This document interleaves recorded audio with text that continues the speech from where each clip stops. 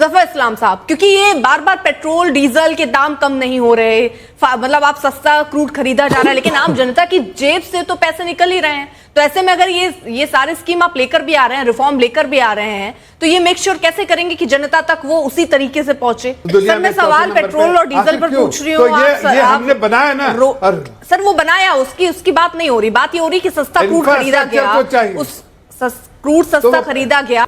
अगर petrol diesel अभी तक हमें उसी रेट पर मिल रहे हैं, तो क्या गारंटी कि ये रिफॉर्म जो आप कह रहे हैं कि इतनी छूट मिल जाएगी, वो रिफॉर्म सही ढंग तक जनता तक पहुंच पाए? इसकी क्या गारंटी? एक आंकड़ा मैं भी दूंगा और आप बताइए रुपए को लेकर ही तो आप लोग घेरते थे ना यूपीए सरकार को। आज रुपया कहां है जफर भाई? क्या ऑल टाइम लो नहीं छुआ कल रुपए ने? नहीं, देखिए रुपया जो है, लेकिन आप जवाब मत दीजिए उसका। लेकिन क्योंकि आपने ये सवाल पिछली सरकार पे उठाया था और बहुत वायरल हुआ था, इसलिए मैंने पूछा आपसे। जफर इस्लाम साहब, क्योंकि ये बार बार पेट्रोल डीजल के दाम कम नहीं हो रहे, मतलब आप सस्ता क्रूड खरीदा जा रहा है, लेकिन आम जनता की जेब से तो पैसे निकल ही रहे हैं। तो ऐसे में अगर ये सारे स्कीम आप लेकर भी आ रहे हैं, रिफॉर्म लेकर भी आ रहे हैं, तो ये मेक श्योर कैसे करेंगे कि जनता तक वो उसी तरीके से पहुंचे?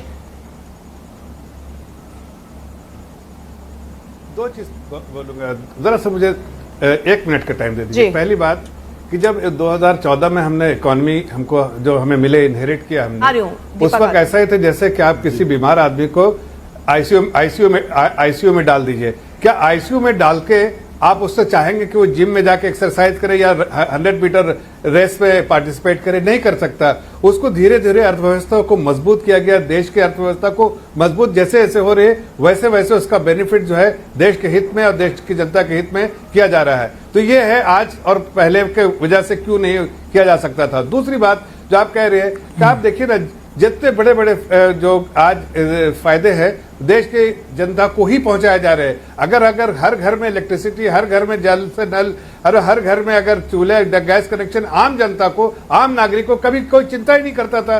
ये तो सरकार, उनकी ऐसी सरकार थी जो रोटी कपड़ा मकान का दावा करते थे लेकिन कभी पूरा नहीं किया। अगर किसी ने पूरा किया तो आदरणीय प्रधानमंत्री जी ने पूरा हर हालत में करने की कोशिश की और हर डिसीजन में एक आम नागरिक का हाथ मजबूत हो उसकी पेशकश की। तो आज अगर ऐसा होता है कि कोई टैक्स जो है हमने पहले कम कट किया,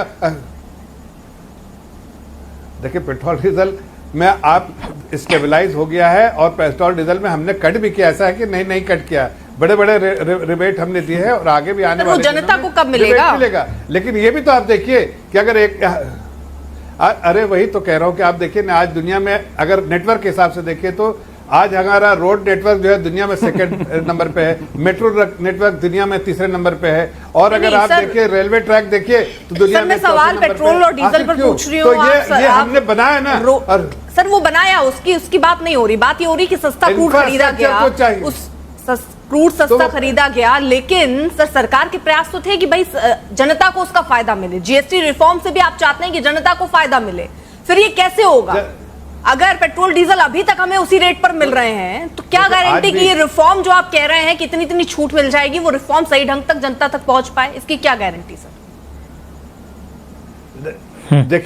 देखिए अर्पिता जी, हम लोगों ने as a party, as a government पूरे देश भर में व्यापारियों से छोटे छोटे व्यापारियों तक पहुंचने के लिए हम लोगों ने एक पूरा रोड मैप तैयार किया है ताकि हर व्यापारी तक पहुंचे। और उसका जो ये रोड मैप कब तक तैयार रहेगा सरकार की तरफ से? रेट रिडक्शन हुआ उसका बेनिफिट। अब तो रोड पे उतरने का समय ऐसा कि रोड मैप भी तैयार करते हैं। आज देखिए, आप देखिए, नहीं, आपको बताना चाहते हो कि रोड मैप उसी वक्त तैयार हो गया और हम लोग रोड पे हैं। हर जगह हर भारतीय जनता पार्टी का कार्यकर्ता हर गांव क्षेत्र हर जगह पर कोने कोने में। नहीं सर, ये मेरे सवाल का जवाब नहीं हुआ ना जफर इस्लाम। आज का रेजोल्यूशन जो आदरणीय प्रधानमंत्री जफर इस्लाम साहब, मेरा सवाल दूसरा था। मेरा सवाल ये था कि क्रूड ऑयल सस्ता था तो जनता तक तो पहुंचा नहीं सर, है ना? वो क्या बाधाएं हैं, क्या विपत्तियां, वो जरा समझाइए। और अगर आप जीएसटी रिफॉर्म की अगर बात करते हैं तो ये रिफॉर्म सही ढंग से जनता तक पहुंच पाए, ये कैसे आप सुनिश्चित करेंगे? आपने घोषणा कर दी, हमें भी बड़ी खुशी हुई, लेकिन हमारी जेब उतनी ढीली हो रही है, उसका क्या फायदा? नहीं अर्पिता जी, आपके दूसरे सवाल का पहले जवाब दे रहा था, दूसरा सवाल का फिर जवाब दे, पहले सवाल का जवाब दे दूंगा, दूसरे जवाब को खत्म कर लेता हूं।